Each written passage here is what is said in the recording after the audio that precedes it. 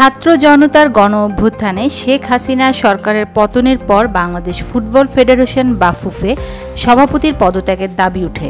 সে সময় বাংলাদেশের ফুটবল সমর্থকদের সংগঠন বাংলাদেশ ফুটবল আল্ট্রাস সালাউদ্দিনকে পদত্যাগের আলটিমেটাম দিয়েছিল। তবে পদত্যাগের দাবি নাকচ করে দিয়ে আবারও নির্বাচনের ঘোষণা দিয়েছিলেন বাফুফে সভাপতি কাজী সালাউদ্দিন।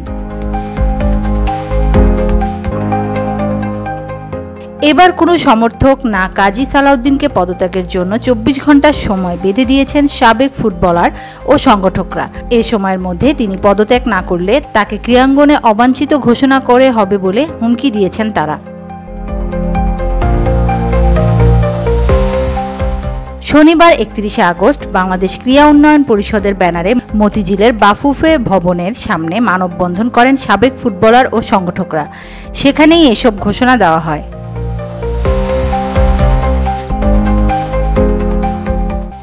এই মানববন্ধনে উপস্থিত ছিলেন বিএনপির কেন্দ্রীয় নেতা ও বাংলাদেশ অ্যাথলেটিক্স ফেডারেশনের সাবেক সভাপতি আব্দুস সালাম, জাতীয় ফুটবল দলের সাবেক অধিনায়ক ও তারকা গোলরক্ষক আমিনুল হক, সাবেক তারকা গোলরক্ষক সাইদ হাসান কানন, রুম্মন ওয়ালি বিন সাব্বির সহ সাবেক ফুটবলাররা।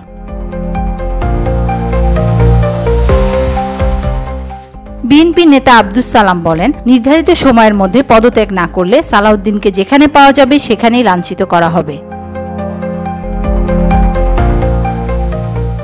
এছাড়া বাফুফে নির্বাচন পেছানোর আহ্বান জানান সাবেক তারকা ফুটবলার ও বিএনপি ক্রীড়া সম্পাদক আমিনুল হক। ফুটবল ফেডারেশন সংস্কারের স্বার্থে ফিফার সাথে আলোচনা করে 26 অক্টোবরের নির্বাচনের কিছুদিন পিছিয়ে দেওয়া যায় কিনা তা উদ্যোগ নিতে ক্রীড়া উপদেষ্টা আসিফ মাহবুব সজীব ভুঁইয়ার প্রতি আহ্বান জানান তিনি। News desk, media express.